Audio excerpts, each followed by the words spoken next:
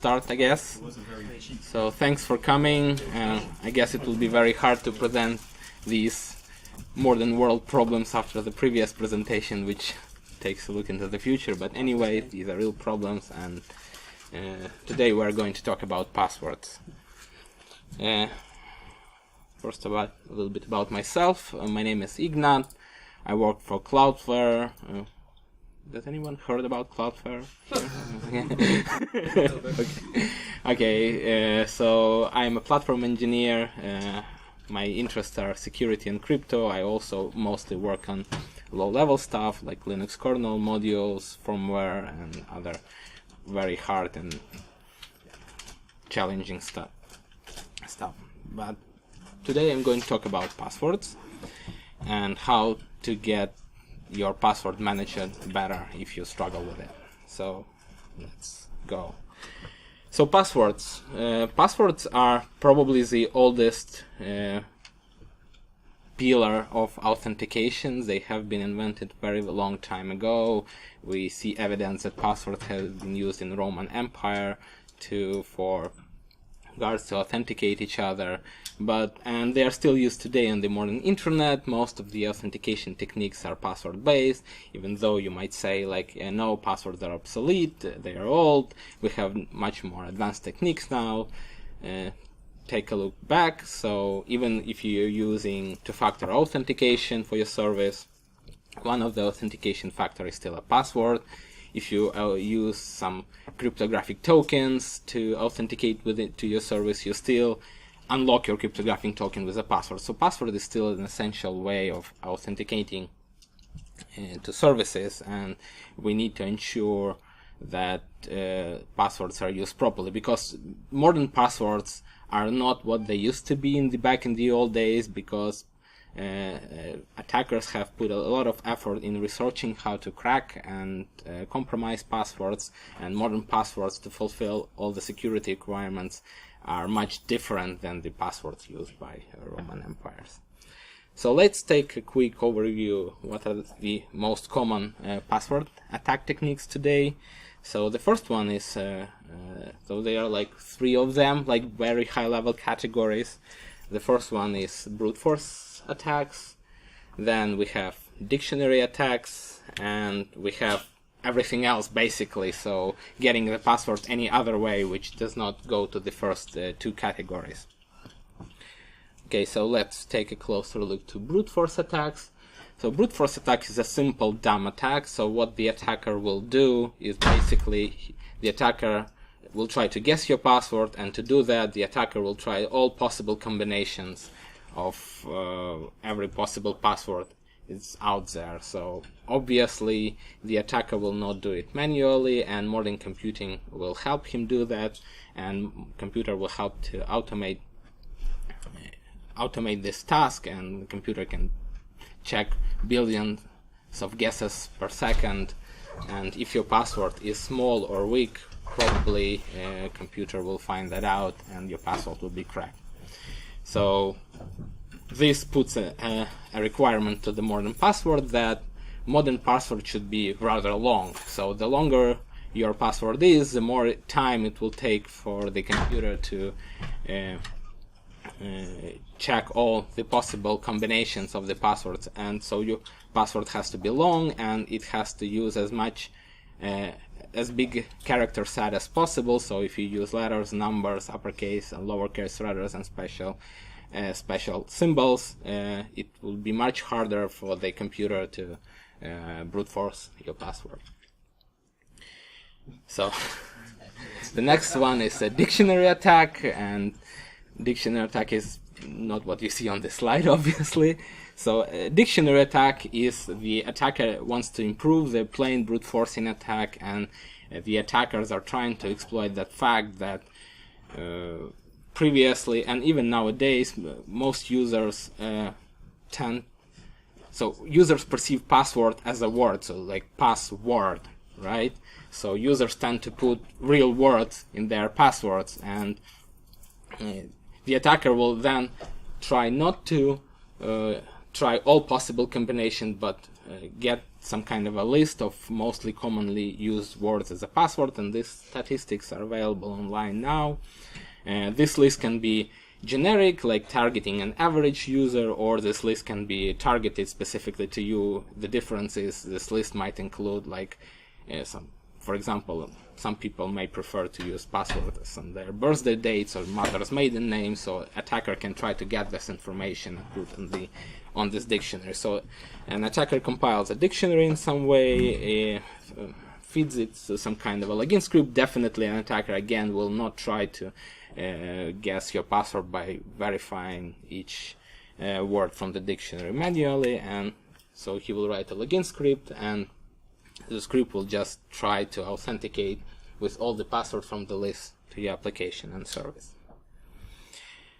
And there are like other services accounts, there are hijacks, leaks, so they are not directly related to password cracking, but there are techniques where an attacker tries to use to actually somehow get the password from you or from your service provider. So that's why we can break them on client-side attacks, where like some examples are phishing emails.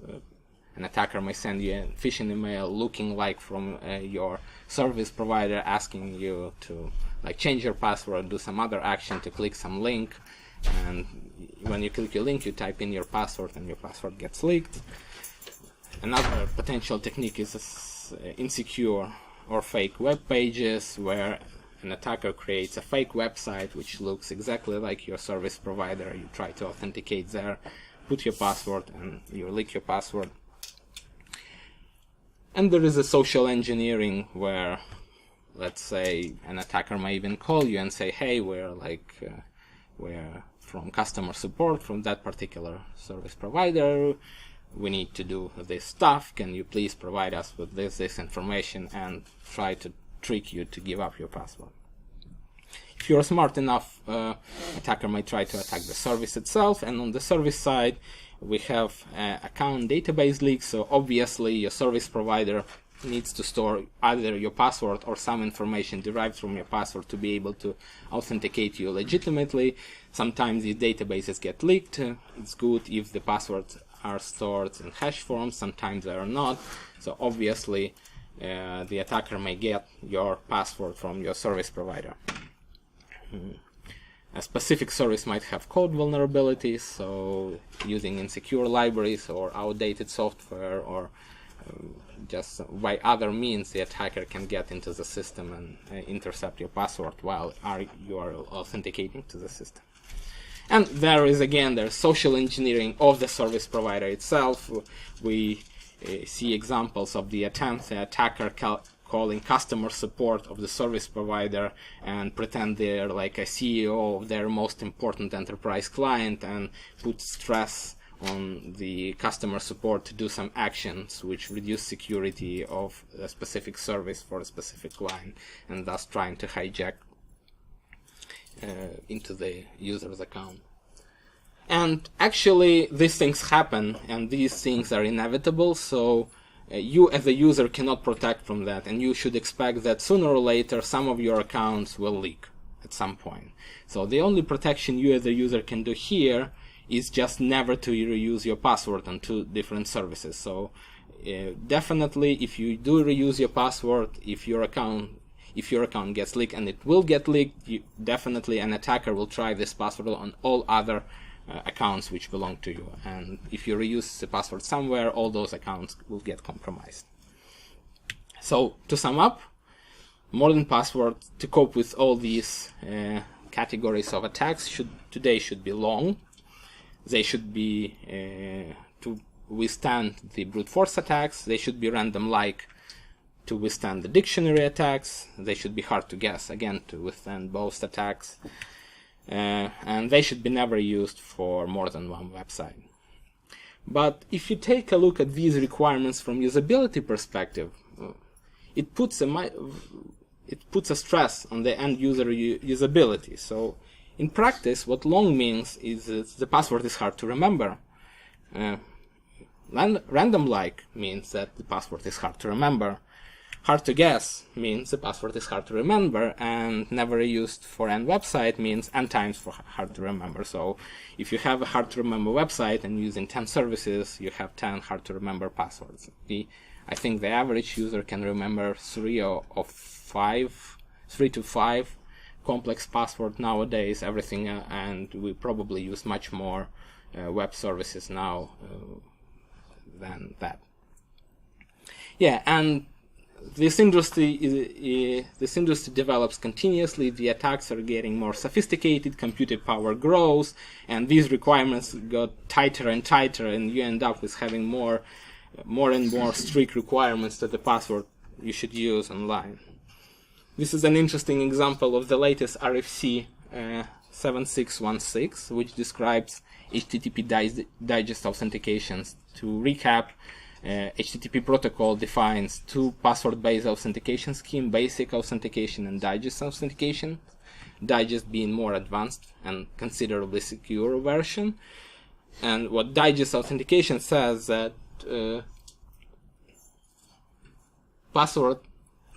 digest authentication should be used only with passwords that have a reasonable amount of entropy, example 128-bit or more, and such passwords typically cannot be memorized by humans but can be used for automated web services. So even the basic RFC describing HTTP authentication says that secure passwords cannot be memorized by humans nowadays.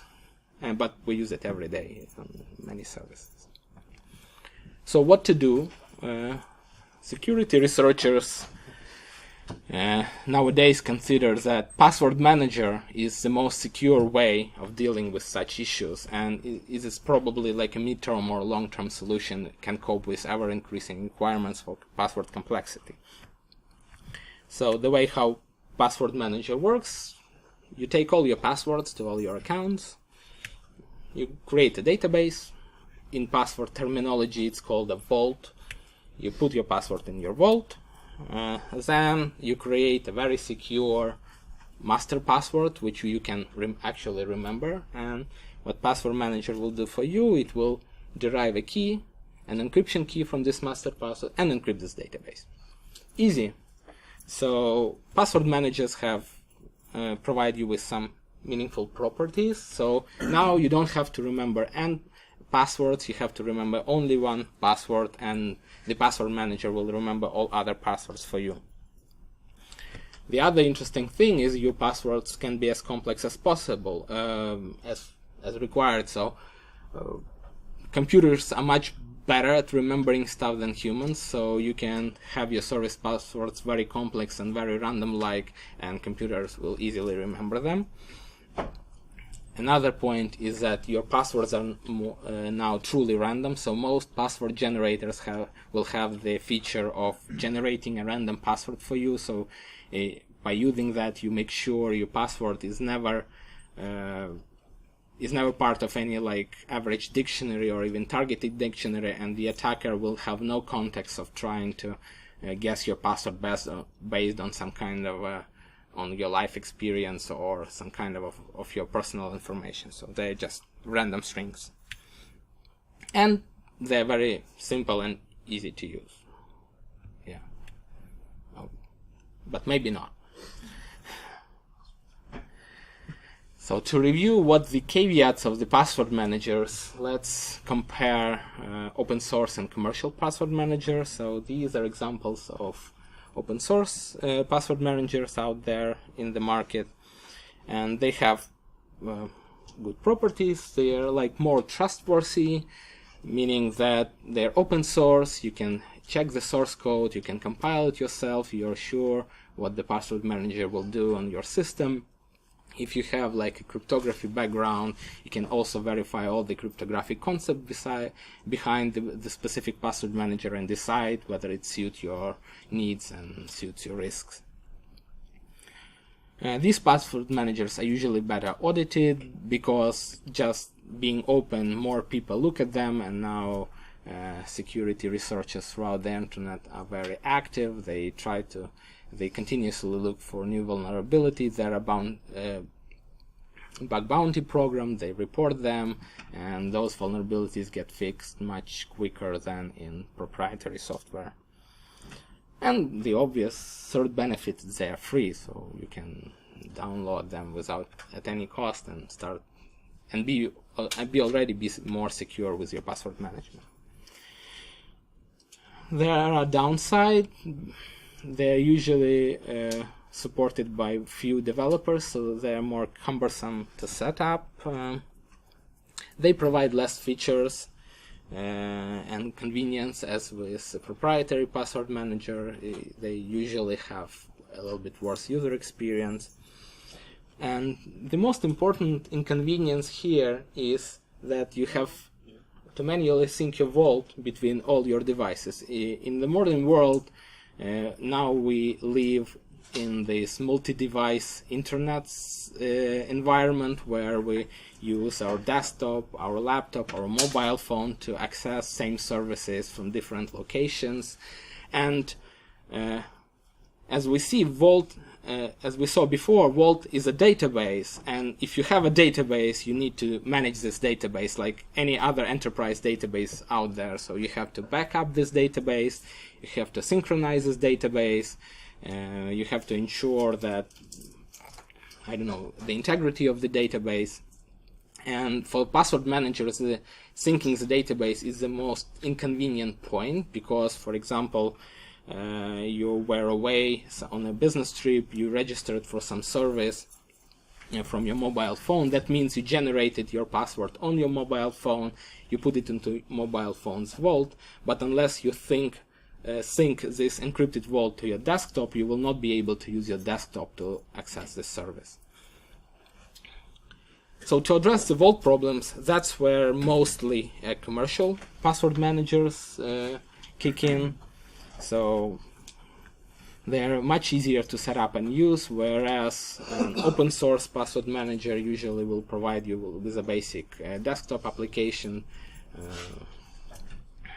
Commercial password manager will give you a mobile application, desktop application for all operating systems. It will give you a web application, so you have much more means of registering and accessing your password. They tend to provide advanced convenience feature. I put question mark here because it's questionable whether it's pros or cons. We will discuss it a bit later. Some of the advanced features like form filling is the most popular ones. There are others. They will sync your vault between all your devices. This is partly a pros, but there are some downsides to that. We'll discuss it in a moment. But the main target of commercial password managers is make your life as secure as possible, as easy as possible. So it will try to transparently manage your vault across all your connected devices, so you don't have the problem of vault management. The downsides is you cannot verify the source of the password manager, so although most of them are audited by top security professionals and companies, still they do not receive as much attention as a potential popular open source password manager would do. Definitely, advanced features increase attack surface because advanced features increase the overall system complexity, and complexity always leads to increased attack surface.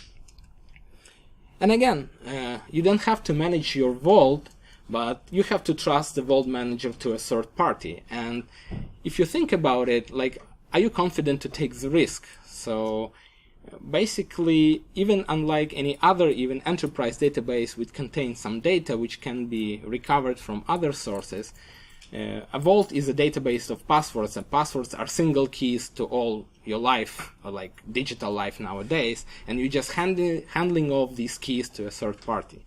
And so there are many scenarios which could happen, like a commercial company can go bankrupt. They may stop providing you the service and you can lose your keys forever. The another point is that they can go rogue and try to get access to your passwords. They can get hacked, and again, as we've seen previously, accounts get leaked and your account may get leaked, and maybe your other passwords will get leaked. So this is like a single point of failure in security, from security point of view. And some people say like, oh, you're being over paranoid, so they're very educated security companies, they won't do that.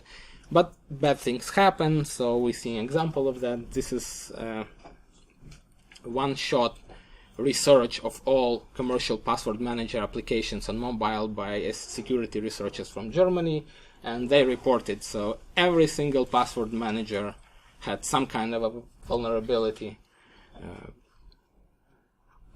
this was all fixed, by the way, but every single one of them had a vulnerability because people just make mistakes. So, to recap, now you have this problem. You know you need a password manager, but you're faced with this decision of trade-off between usability and security. So with open source password managers you get more security but less usability and convenience. With commercial password manager you get better usability, but you have to take the risk of trusting your keys or secrets to a third party. So, and this goes back down to the Vault manager. The problem is in the Vault itself. So you have to either manage it yourself or you have to trust this management to a third party. So maybe we're going into the wrong direction, and is there a better way? Maybe we should redesign the password manager from ground up to avoid this problem. If we go back to the basics, a password manager is kind of a secret chaining scheme. So in secret chaining means that one secret in one way or another is chained or protected by the other secret, and there are two ways to achieve that. One way is generate and encrypt, where we have key encryption keys. That's the way most of the modern password managers are designed. You have your service password and you encrypt them with your master password. But there is another way, which is called key derivation functions, where you not generate and encrypt keys, you chain keys by deriving one key from another. And there are a class of one-way functions called key derivation functions which help you do that. So the way how they work is you have a key derivation function. These are mostly one-way functions. You, as an input, it receives your master secret or your master key, and also it receives some kind of a public, well-known string. It doesn't have to be secret. The string is usually called a salt or a key derivation parameter. And what key derivation function does with this input, it produces a secret based on the above inputs. And the interesting property of key derivation functions are that for the same master key, if you just change the key derivation parameter or salt, you will receive a totally different secret. And moreover, as I said before, the key derivation functions are one way. So if the attacker will get the secret, he cannot guess the other secret, and he cannot go back to guess your master key. So if we use that technique to design a password manager, here's what we can achieve. So this is the gokey tool I wrote. Gokey because it's written in Go. It's open source on GitHub in Cloudflare space. So what it does, it takes your master password, it takes a public realm string, and for password manager use case, it's very convenient to have the realm string as a domain name or a service name where you want to generate for the password you want to generate. So for example, if you want a password for example.com, your realm is example.com. For password for Google, your realm string is Google. This is our salt and our key derivation parameter. So we feed it in a key derivation function. In this specific instance, we use pbkdf2. It will turn the master password and the realm string into domain-specific cryptographic key. We then feed this key into deterministic random number generator, and we get our secret one. For example, if we did this process for example.com, we get the password for example.com. If we now need a password for Google, we change the realm string to Google, then the key here will be different because this is a domain-specific key. So this will be a totally separate instance of deterministic random number generator, and we get totally different and unique and random password for google.com. And turns out this idea is not new, actually. So there are a lot of other password managers out there which they use different cryptographic algorithms, but they pursue the same concept of key derivation. And what's its common between all of them, they're completely stateless because they don't require any vault management. So the class of these password managers are usually called deterministic or stateless. Deterministic because this process is totally deterministic and reproducible. For each specific set of inputs you always get a specific output, and stateless because they don't require any state to generate your password. And deterministic password managers have very interesting properties. From user perspective, they provide the same look and feel as a traditional password manager because from user's perspective, the interface doesn't change. To get a password for a specific service, the user inputs his master password and the domain name and receives the service password. But under the hood, instead of looking up, decrypting the vault and looking up the password in the database, the password manager just derives the service password on the fly in a deterministic manner. By using this technique, we don't need any vaults. So if there are no vaults, we don't need to sync or manage vaults. If you're using a deterministic password manager to register for a specific service from your mobile, you can use the same process and provide same inputs on your desktop, and you can always recreate the same key on your desktop. So no vault management. No vaults means no vaults to trust to a third party. So in this case, you're safe. You make sure your keys or secrets for all your accounts stay within your computational environment, and you never have to trust or rely on a third-party service provider to store this information for you, and you don't have to worry for the provider to cease to exist or become rogue or being hacked or whatever. Another potential advantage is it works offline. So with commercial password manager, you need to have your device connected for it to transparently sync your vault. Here you don't need any connection, so as long as you provide same inputs on all your devices, they will output you the same password with no connectivity between them needed. Most of these password managers are open source and verifiable, so you get the same level of trustworthiness as would you for open source conventional password manager. And you may be sure that you never lose your account. So even since you don't have to store anything, you will never worry that the storage you're using will break or something, and you'll lose your passwords. You don't have this the only single point of failure is in your head. So if you forget the master password, you're screwed. Yeah, but so it seems that deterministic password managers are much better. So why didn't they disrupt the password management industry by today? So what's missing? So because with every good there is always a bad, right? So and to effectively use a deterministic password manager, one has to understand its limitations. Some of the limitations are minor, some of them less minor, but and more critical. So we'll cover them now. So the first limitation is that a deterministic password manager can't import existing passwords. So if you registered for some service prior to start using a deterministic password manager, you cannot import your existing password in the service. I think this limitation is minor because most services allow you to change your password. You can then change your password to the one generated by deterministic password manager. If you're using a service which doesn't allow changing password, you have to think about it very carefully because they probably have great security problems.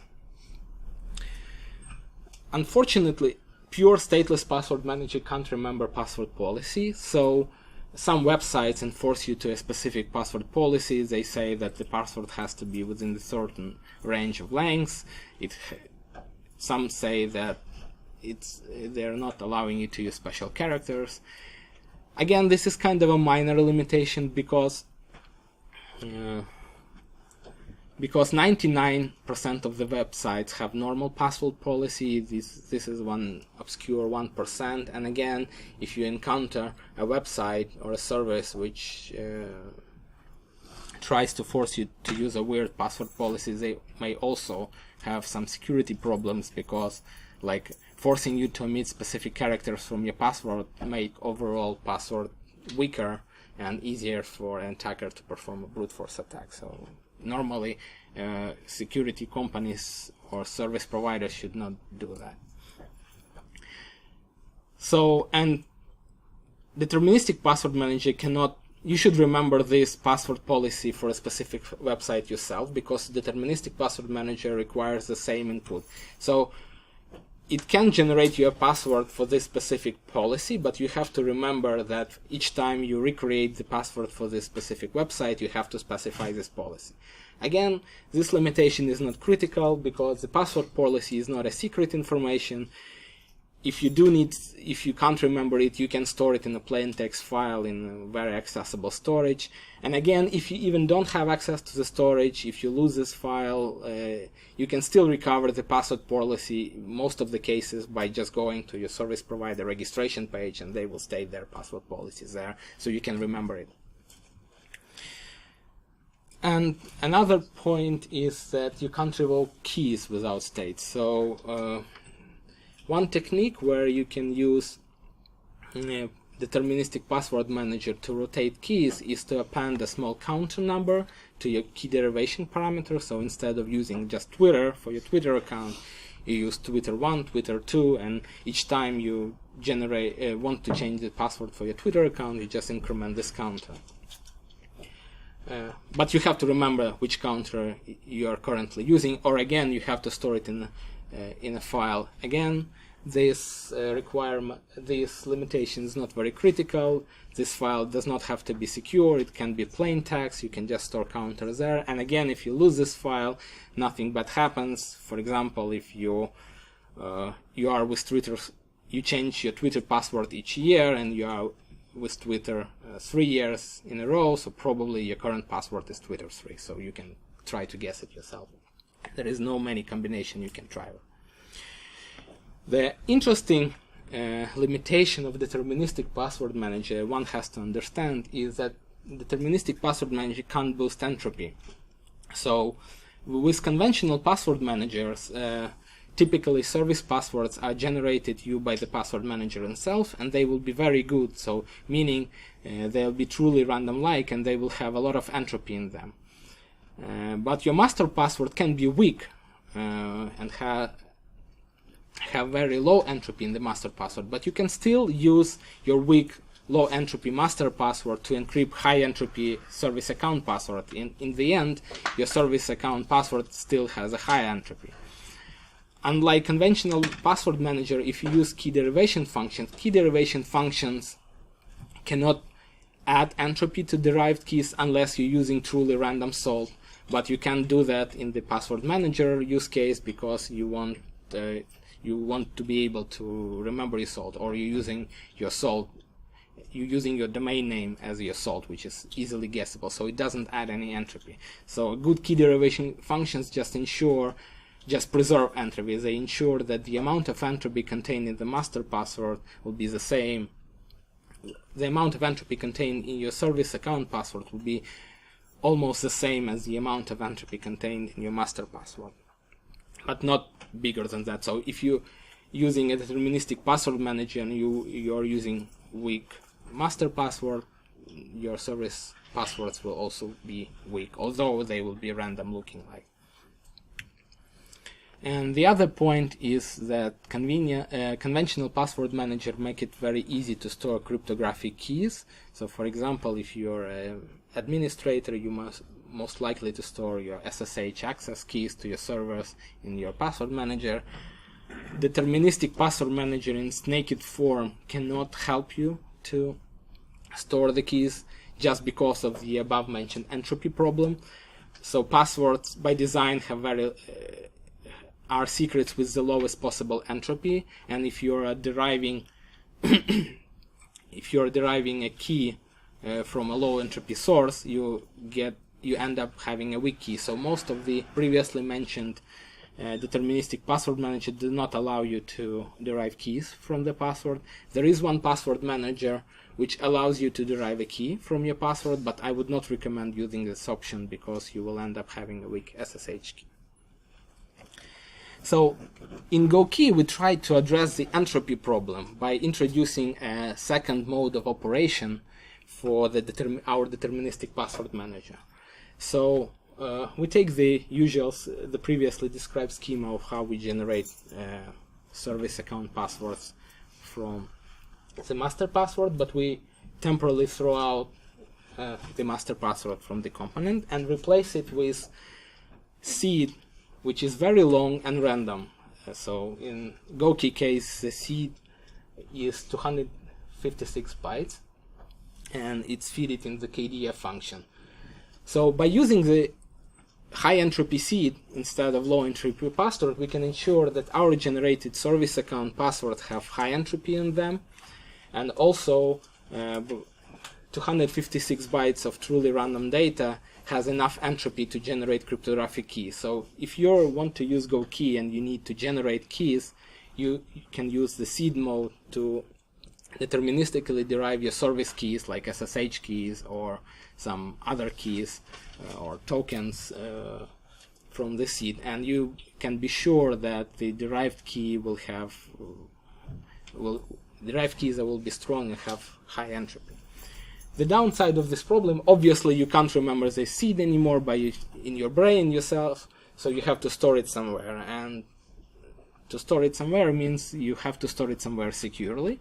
So what gokey does, when you generate the seed, it encrypts the seed with the ISGCM encryption algorithm, and as the key to IS encryption, it takes the output of the previously mentioned PBKDF, which is derived from your master password.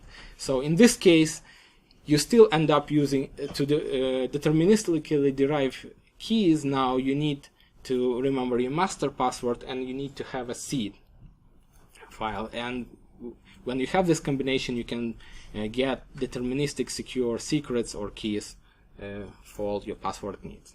But using the seed may sound as a regression here, because I spent like 35 minutes talking about like how we want to make things stateless and how we want to get rid of Vault, but now I say you have to store seed, and it might seem like we're getting back to the point where we need to store this information.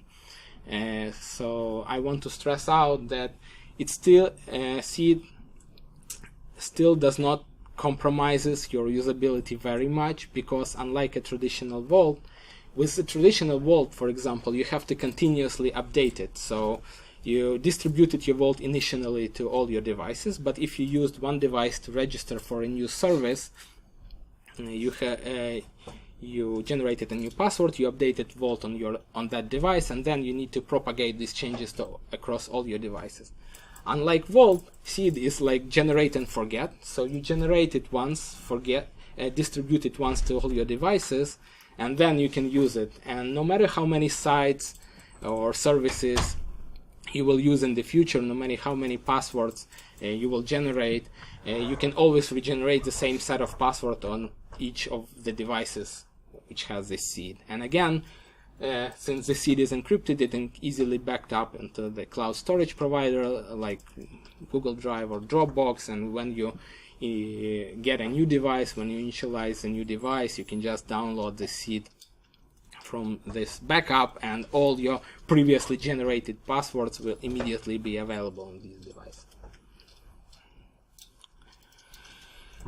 So, well, deterministic password managers are great, but still they have some limitation, and for some users it may be hard to comprehend them.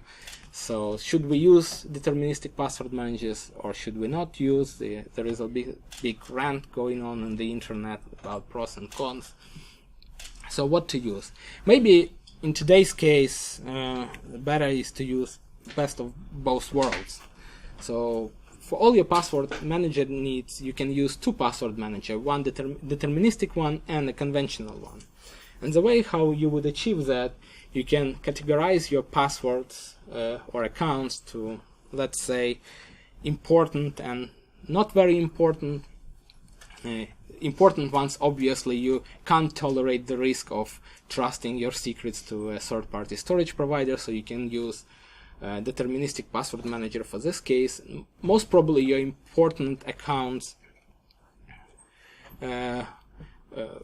will be with secure providers, so they will not enforce you into weird password policies, so you can easily use deterministic password manager to manage password for them. Prefer using the seed file if you want high entropy in your secrets and if you plan to generate keys in the future. For all other non-important cases, or where you end up in this scenario where you can't easily use a deterministic password manager, if you don't want to keep this state yourself, you can go back to a conventional password manager, and since you're already covering your most important accounts with a deterministic password manager, probably your best option is to use a commercial password manager, which will take the stress of managing your vault to the service provider itself. And lastly, you don't have to remember two master passwords for two password managers. You can also chain them together. So basically, you can start with a deterministic password manager and use the deterministic password manager to derive a master password for your other commercial, less important password manager. That's why this way you still get you still have to remember only one master password, but you sort out all your password needs. I think so. These are some resources which you can read to get further information. The first one is the source code of the gokey tool. It's pretty small, easy to read. It's written in Go. You can grab it, you can compile it, contribute, comment, whatever you want. The second link is a link to the website of security researchers from Germany I mentioned previously in my talk. They describe all the vulnerabilities they found in commercial password managers on the mobile applications. If you're interested, you can go through each of the vulnerability and see. So, too long don't read. Most of the vulnerabilities are in the advanced features of the password managers. As I mentioned before, advanced feature increase attack complexity, so may introduce vulnerabilities. And the third one is a link to to one blog post which describes the disadvantages of a deterministic password manager. So I'm not trying to force you to say that deterministic password manager will solve all your problems. Take another look. Take a look from the guy who doesn't like deterministic password manager, and you can decide for yourself. Yep, that's it.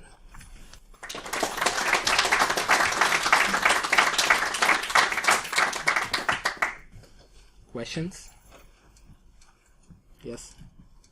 There's nothing that would stop you using multi-factor authentication with a deterministic password manager, is there?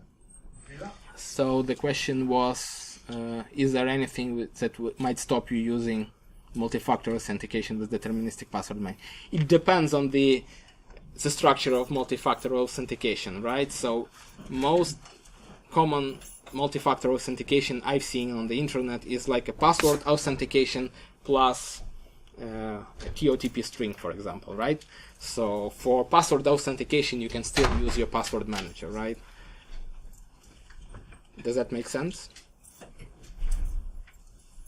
So I mean, you still use your password. It's the password manager just changes the way where you get your passwords from, but when you register, you still need to generate this password somehow, and you need to remember or store it securely. I think I meant like with master password, like a multi-factor, like a patch on the master password, whether anything stops you doing that.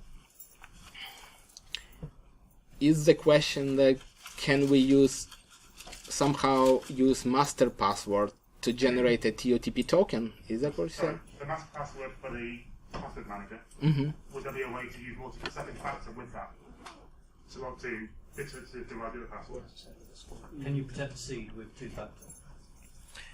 So, okay, It so... wouldn't be deterministic because it'd be random. Yeah, if you use a multi-factor authentication to protect your seed, it definitely won't be deterministic. So you introduce a random parameter, so you can't guarantee that the input is random. Even with traditional password manager, I noticed, like, I use LastPass, for example, and I have enabled two-factor authentication, but that only works when I'm trying to log into their website. So I noticed that in my browser plugin, even if I haven't used my LastPass plugin for some time, I input my master password. I see the form immediately gets filled with my service account, but then it asks me for my second factor authentication. It doesn't make any sense, because even with traditional password manager, your master password is the only key which can decrypt your password. So there is the two-factor authentication is not involved with that.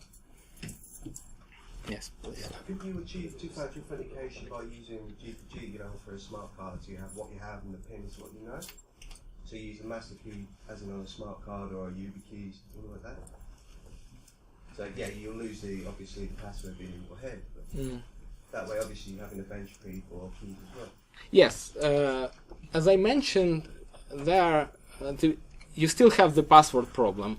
If you use a cryptographic token, a YubiKey, for example, when you input your YubiKey and want it to generate a password or a token for you, you still unlock the YubiKey with some kind of a password, right? But I mean, as in the smart card functionality of GPG functionality of the YubiKey. So obviously, yeah, you need the pin as what you have, what you know, and then obviously what you have.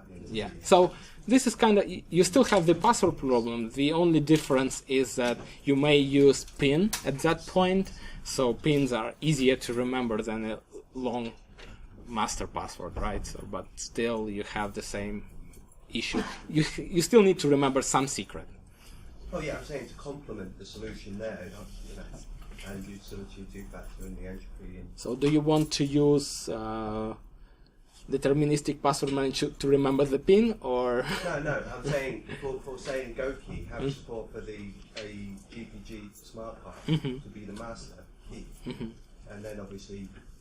What you can do is probably you can use gokey in the seed mode, and you can securely store the seed on the smart card.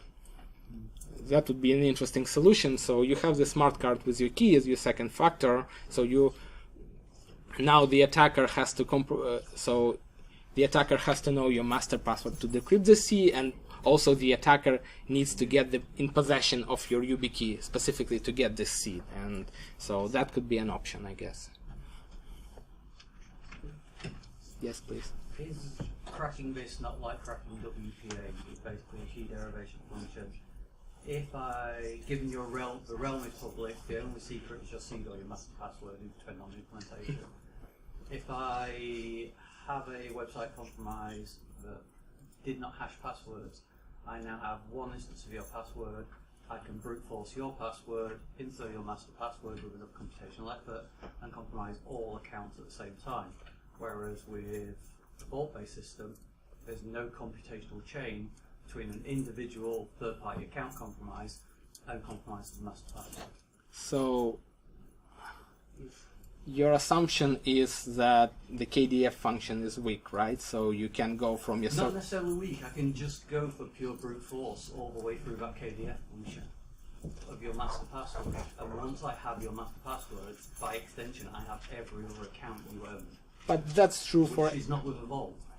That's true for not probably open source, but commercial password managers. Again, LastPass as an example. They have a web app where you can log in and get your password, right? Yeah, you're assuming I've compromised LastPass. What I'm saying is... No. It's enough for LastPass to compromise my master password. If you know my master password, you can log into LastPass and get my vault. Agree. If I know your master password, but I don't, I have to compromise LastPass or your personal machine to compromise your master password. In this case, if I have a password generated by your deterministic system from fredsreallyropeywebapp.com, and then I can brute force offline that password to infer your master password for every other website. That assumes you know the realm, though. But there's a The chance realm that the realm public is knowledge Fred's is not rugby realm website is not dot com, secret. Yeah. Realms in source. or Fred's rugby website, or something you can guess. Therefore, a failure is absolute and critical failure across every single website. Is it, especially if it's open source, because it'll say this is how we determine realms. Isn't realm the realm user Realm entered? something, yeah. Yeah. User enters the realm will consider part, but I still don't get like But it's likely to how can you get the master password if you get the service password and you know the realm? So you mean you brute forcing That's the, brute force. Yeah, but There's you no can- computational effort into that. But I effectively have a hash using your master password, which with a vault, if I compromise a client website that's using that vault, I do not get the hash of your master password at all. I just get a random string that basically. Yeah, so you mean with deterministic password manager you obviously have some information of the master password in the derived key. And theoretically, one-way hash functions are not like theoretically proven, they can be broken at some point, but there are no known attacks, efficient attacks on that with sufficiently secure master passwords. And the fact that we use, for example, I agree with you guys putting the 256-bit seed in, that does make a big step towards it, but with a straight master password. well, actually, to be honest, the gokey tool was not originally developed as a password manager at all. I developed for a totally different purpose for our server management, and the seed was the initial implementation. When I developed it, I saw that it may be useful as a generic password manager, and I added plain master password derivation. And to make it more secure, of course, you can brute force it, but that's why it is important. So if you let me go back to the slide. Do we still have time, or? You've got about 7 minutes. Yeah. That's why initially I put pbkdf here. So if you use in plain master password mode, even if you try to brute force, you will be significantly slowed down, or you may use like not pbkdf but a script. But in the seed case, with the seed case, you don't need this delay in the key derivation anymore to prevent the attacker from brute forcing the seed. So that's why we replace it with hkdf in the seed mode. Does that make sense? It makes sense. It's still, you shouldn't underestimate. No one uses a script to brute force it. You use your GPUs and hashcat in an array, in server farm. So, you're still talking millions and millions and millions of transactions a second. So it makes it a high value password. That's the problem with it. Yeah, I agree that, yes, the deterministic password manager, the derived keys will have some amount of information, and if you're not using secure key derivation function, that's why you have to review actually them before you start using. If you use weak key derivation function, your password can be brute forced, and that's why we use pbkdf, or we can use a script here to slow down the brute force attackers to prevent such kind of attacks. Yes, please. So when you generate the passwords, are they stored as static entries? What happens if you update your master password? Does that then recalculate all of your passwords? Yes. So if you had 100 websites stored and you change your master password, all of your passwords would have to be changed on the site. Yes, you can't with maybe that's another limitation of deterministic password. You can't change your master password, right? So if you want to change your master password, obviously you need to change all your derived secrets. I'm not sure whether somebody uses 100 websites, and eventually you shouldn't want to change your master password in the first place, because nowadays people think that password rotation is not very secure, because when you're forced to rotate your password very often, you came up with some insecure passwords to remember them. Yeah. And definitely if you use the seed mode, it will be enough for all your lifetime. As long as the seed is protected, you will never need to reject. And in seed mode, actually, you can change your master password. If you use in seed mode, you can change your master password and re-encrypt the same seed. And the seed has high entropy. As long as it's not leaked, it will be enough for your lifetime for all your keys and passwords. So in that case, the master password just protects the seed. Yes, yes. That's specifically a use case. We specifically didn't derive here using the seed and the master password. We just use the password to encrypt the seed for this specific case, because as I mentioned, in this case I want to be able to migrate secrets from one identity to another by just re-encrypting it with another master password. Yeah, you need a different master password for every password. Yes, please. Using seed mode, doesn't that mean that everybody on a certain realm who's using the same master password has the same password for the same secret? Yes. Yes. That goes back to the problem of entropy. So that's why users have to understand that if they're using a deterministic password manager with non-seed mode, the master password has to have as much entropy as possible to prevent such case. Okay, thank you.